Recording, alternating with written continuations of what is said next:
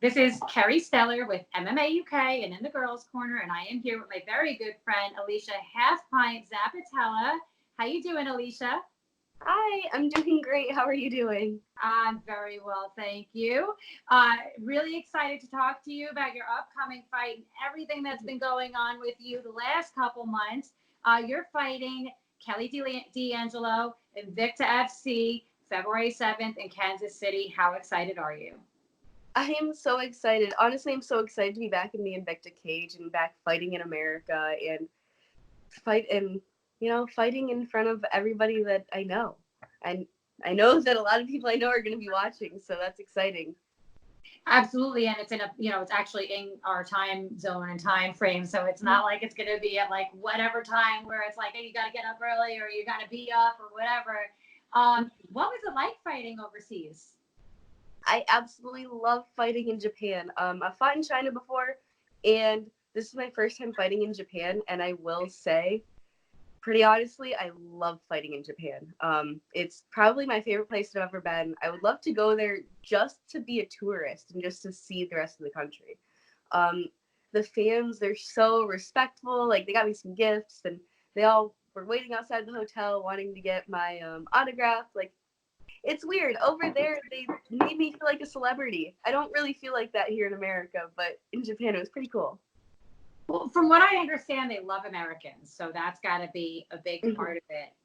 Also, they put on a very big spectacle over there. It's like bigger than anything, really. The way I saw it, I was like, holy crap, that's a pretty big audience and venue, and but yeah, from what I heard, they like Americans, so especially American women. So I can imagine how well you were treated and celebrated over there.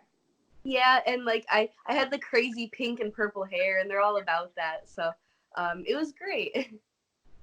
That's awesome. And now you're back for Invicta, which is great because it was one before that. You had Japan, and then you were also fought Invicta right before that. So now you're back.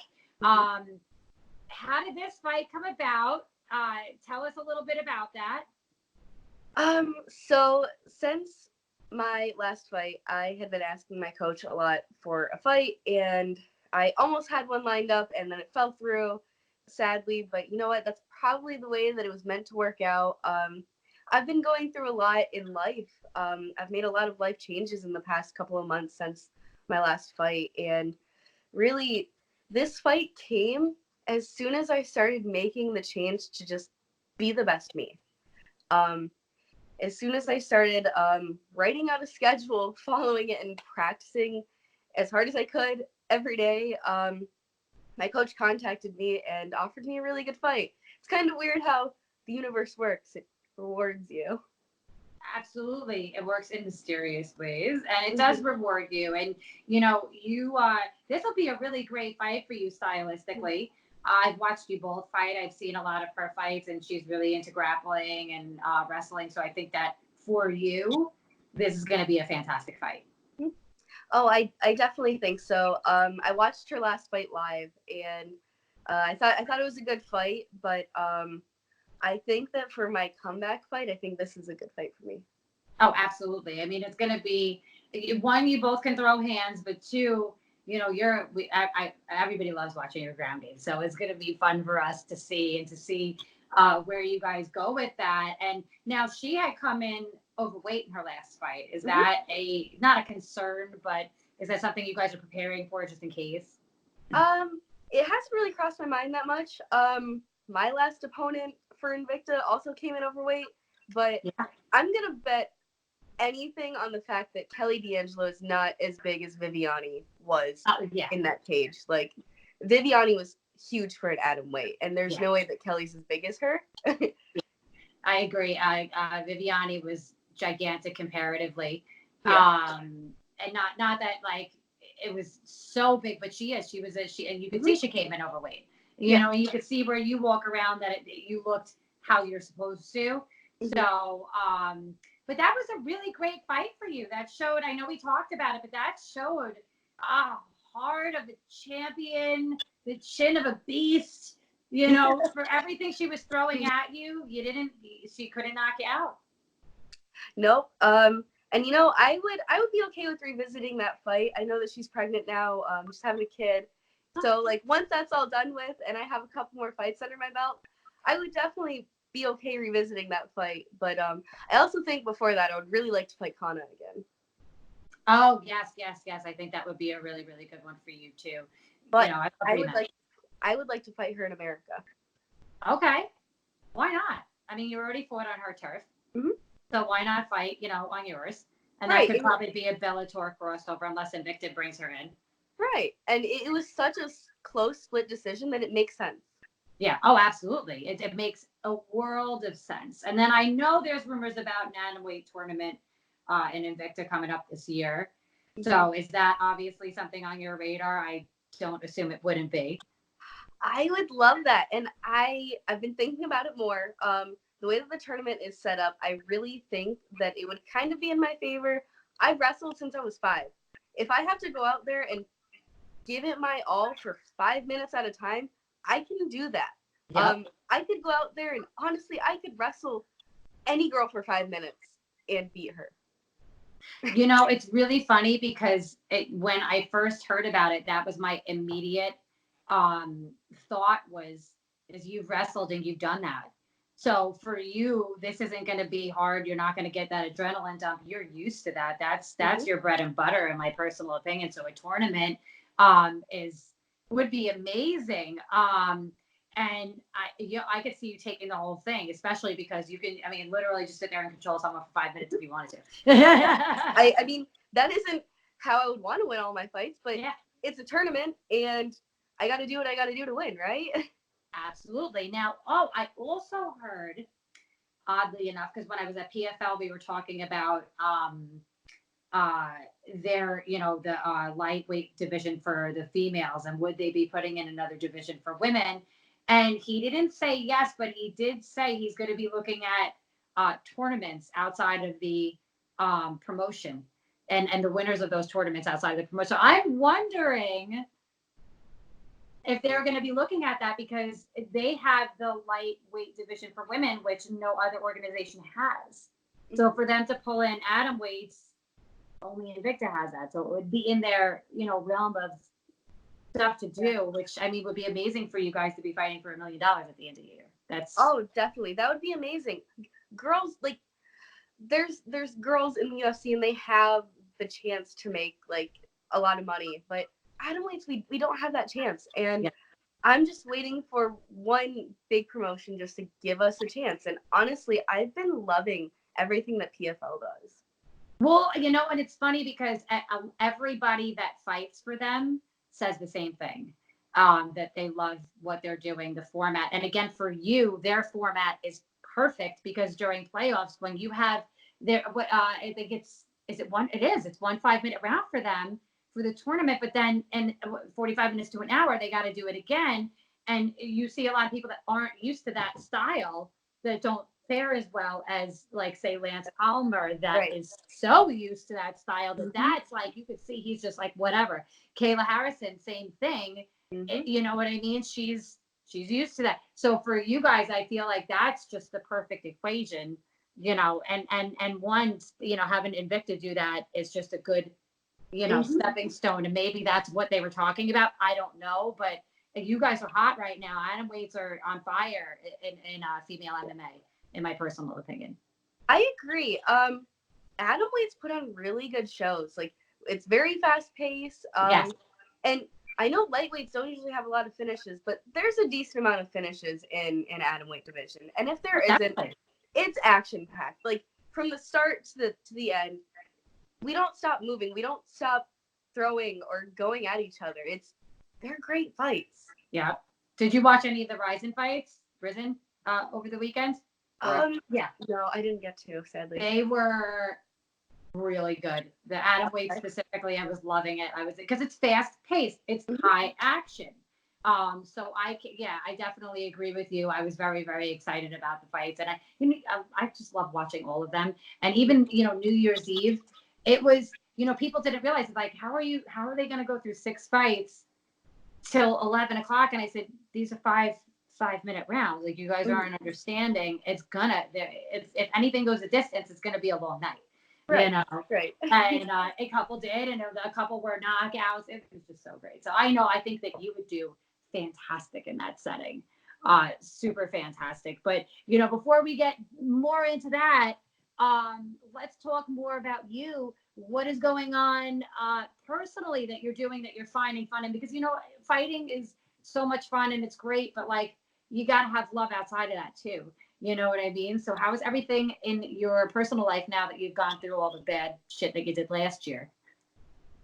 Well, my personal life is now right on track. It's great. I had to reinvent myself. So basically, I found myself at the age of 23, and I have already done everything that I've set out to do in life. I have a world championship in China. I'm working at elementary school with special needs kids. Those are my goals. So I had to find new goals. And now, I just want to prove to myself how great I am. And I think that can go a long way because, I mean, even though I have a world championship, I mean, it didn't really feel like anything that spectacular to me. Like, yeah, I go out there and I prove to myself how great I am. Yeah, that's what matters. And I mean, I figured out what I want to do with my life, or at least like the next step. I found another passion outside of fighting, and I'm excited about it. Some people, it might sound kind of crazy, but I really want to dive fully into YouTube and start making a lot of videos.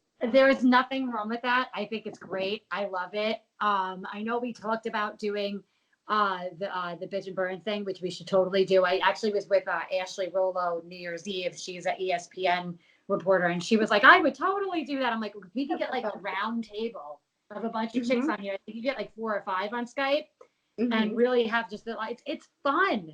It's fun podcasting. It's so much fun. Yeah. I agree with that. Like I didn't realize how much money there actually is to be made with putting videos out, and like I got a couple books for Christmas about making YouTube videos and all that good stuff, and someone compared me to someone that I've been watching for years, and like so I've been watching Jenna Marbles since I love her. 10 years now, and like if I had no one else to turn to, that's what I did. Yeah. And someone compared me to her, and it clicked. Like, what? Who's to say I can't do that? Like, you can do anything you want. I mean, literally, if you think about it, reinventing yourself and anything like that. I don't believe that like when you do something that you're stuck in that and people are like, oh, you can't teach an older. You can do whatever you want, and at any age. I mean, I proved that at 37. Yeah, becoming an MMA reporter out of nowhere. Like that was just something I woke up and decided to do one day. So if anything, that's just proof right there that you can literally. I mean, I have a wall of credentials, so many, and I'm like, wow, I can't believe I've done that much in like 3.5, almost 4 years that I've been doing it. But it's a great accomplishment, and it's funny because when I get told, like one of my friends, Tim, he's a colleague, and he said, he's like, I'm so excited that I'm coming to this. He's like, you're a big deal, and I'm like, and he's like, you are, you're a big deal. I'm like, I don't realize how I am, and I don't. It takes me a lot for somebody to be like, hey, you really are, and I'm like, all right. I mean, you really are. Like when I've been practicing out in Ohio and Pennsylvania, I've mentioned your name to some people in Pennsylvania. They're like, "Oh, I know exactly who that is. She's great. I love her interviews." So definitely, I've only heard good things about you. See, I knew too. So it's like well, they're awesome. Greatness recognizes greatness, and we know that. But it's true, and to be able to do something else outside of MMA, because at the end of the day, one day there's gonna be a time clock, and you're gonna go, well, what else can I do? And like you could do stuff like what I'm doing with interviewing. You could be going sitting cage sides for fights. You could be doing commentary because you know so much about it. There's not a lot of female officials out there. I actually had an interview with a politician, and we were talking about that, like, commissions that oversee the commissions, and he was a big part of making MMA legal in New York. And I said, that's something I've been talking about for years, is something that oversees, and people have to be held accountable. He's like, you're the perfect person I should be talking to, because he, that's where it starts, is politics, believe it or not.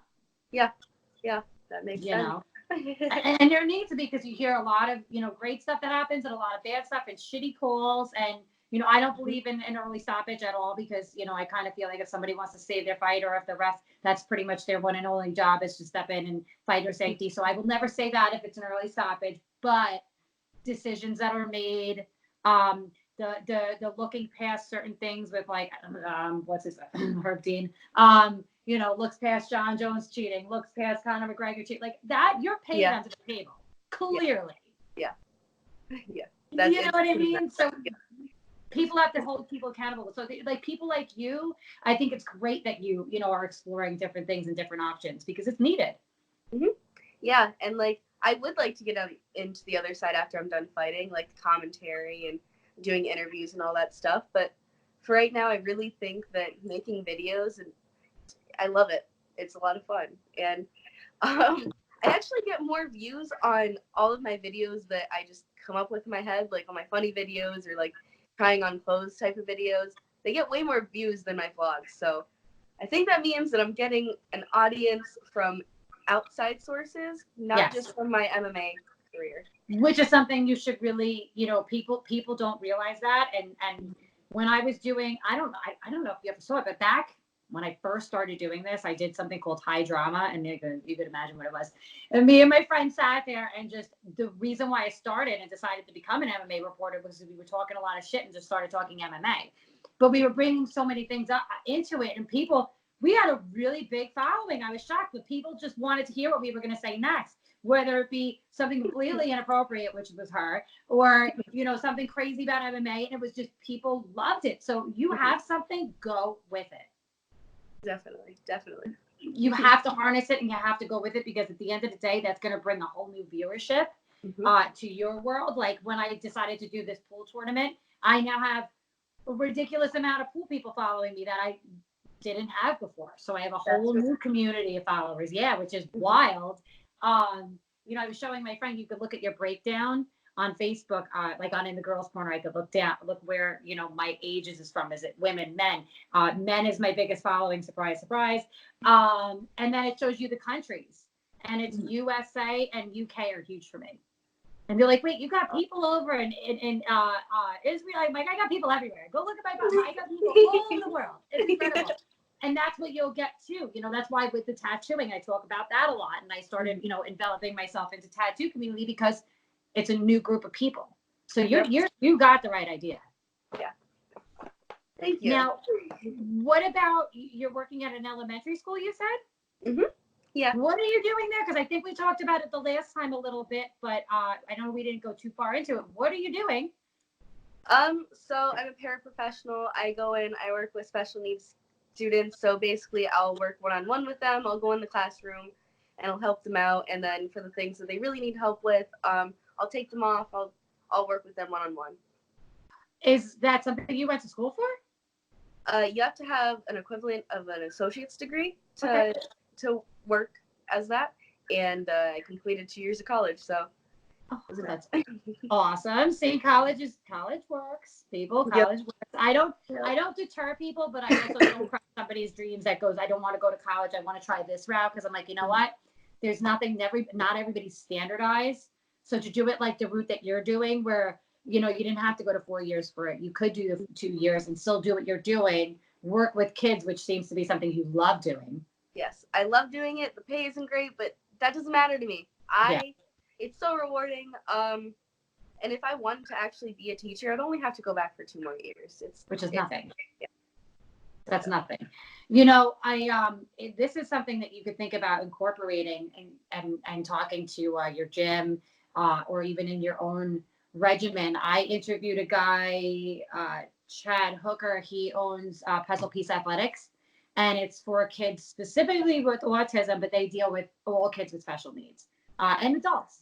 And that's something that I think would be right up your alley as a program for that, because that's obviously what you're doing. And you could maybe even incorporate and encourage the parents to get their kid into something that could not just like be good for them, but change their life. That could change a kid's life with autism and with special needs. Yeah, that's a really good idea, because I actually coach a kid on the wrestling team who is autistic, and the amount of confidence that I've seen in this kid has just grown, and it's amazing.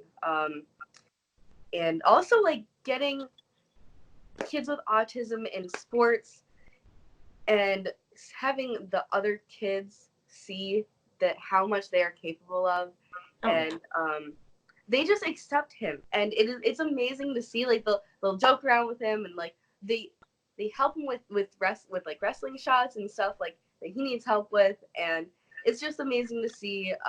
I've definitely worked with some kids that have autism in jiu-jitsu before and stuff like that. So that would definitely be a good outlet or a good option for me. Yeah, and I mean, the more people that know about it and the more people that help, I mean, how capable these kids are, it's incredible. Mm-hmm. If they get the right help at the right age. Mm-hmm. I also think that ruling of where they, I know that one of my friends said that her kid wasn't diagnosed till not too long ago because they don't diagnose them until they're 2 years old, which I just think is a gross injustice to children because you can see it way before that. Yeah. Yeah. Oh yeah. Way before that. And like a big thing with autism is just getting them eating the correct things, because if they're eating the correct things, it takes pressure off their brain and it improves their performance in life so much more. So if you can identify that early on, then that's best case scenario. I actually just thought about this. I have a really good friend who is actually a fighter on my team, and you would never think he's autistic, ever. A lot of fighters are. Yep.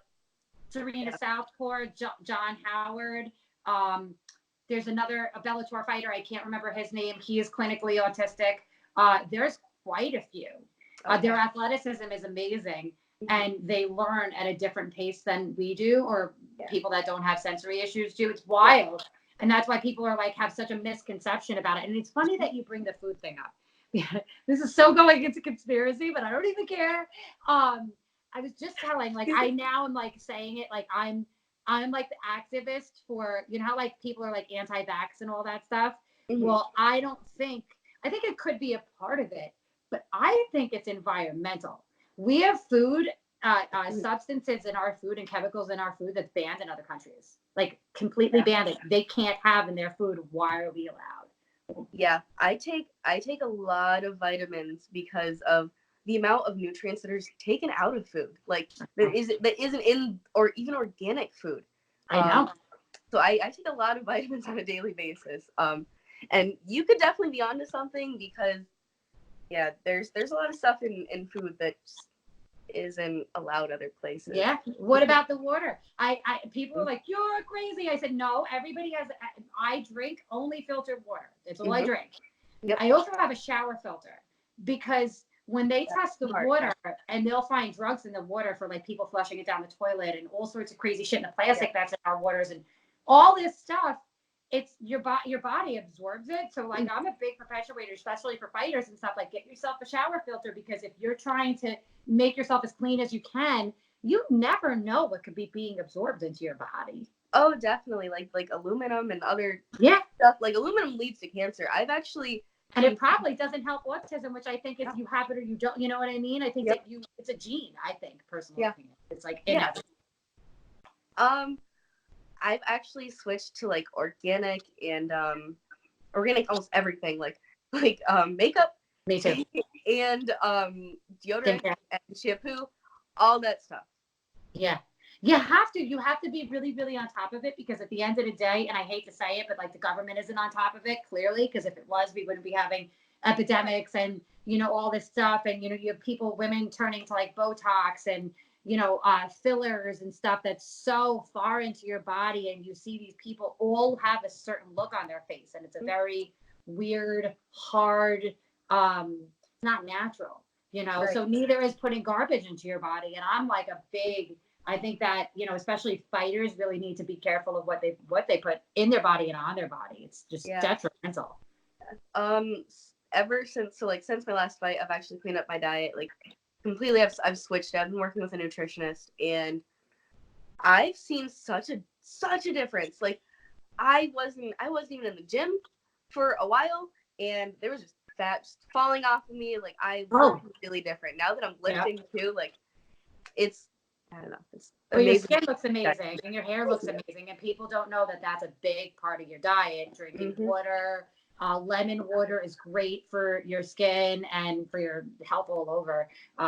There's a couple things that you should really look into: frankincense water and chaga mushrooms, which they don't have psilocybin, so it's not the trippy mushrooms. I've heard of them. Yeah. I have a pound of them in my cabinet. I actually have to make maybe today because I have off the rest of the afternoon. I might make it, but I steep it for like 5 hours. It's like you make a tea. And I put it in a crock pot and I walk away and let it cook for like 5 hours. And mine gets really dark. Some people's isn't. But I tell people, don't get it in the tea that's already made because you don't know how long they made it and if they know what you're really supposed to do. But that shit has so many medical properties to it and so many benefits. You should really look into that. Are those the ones that they actually like reconnect and help your brain? Oh no, they're definitely they are okay. So they work with cognitive function, which is your brain. Yeah. They are antibacterial, antimicrobial, antifungal, antipathogen, antioxidant, full of vitamins and minerals, full of them. To the point where they're actually considered anti-aging because of all of that stuff. And they're known tumor shrinkers. It's all over Sloan Kettering. You can go look at it. It's crazy how the FDA approved it and no doctors know about it. None of my doctors knew what it was until I told them. Really? Okay. It's disgusting. It's crazy. They grow on sick trees.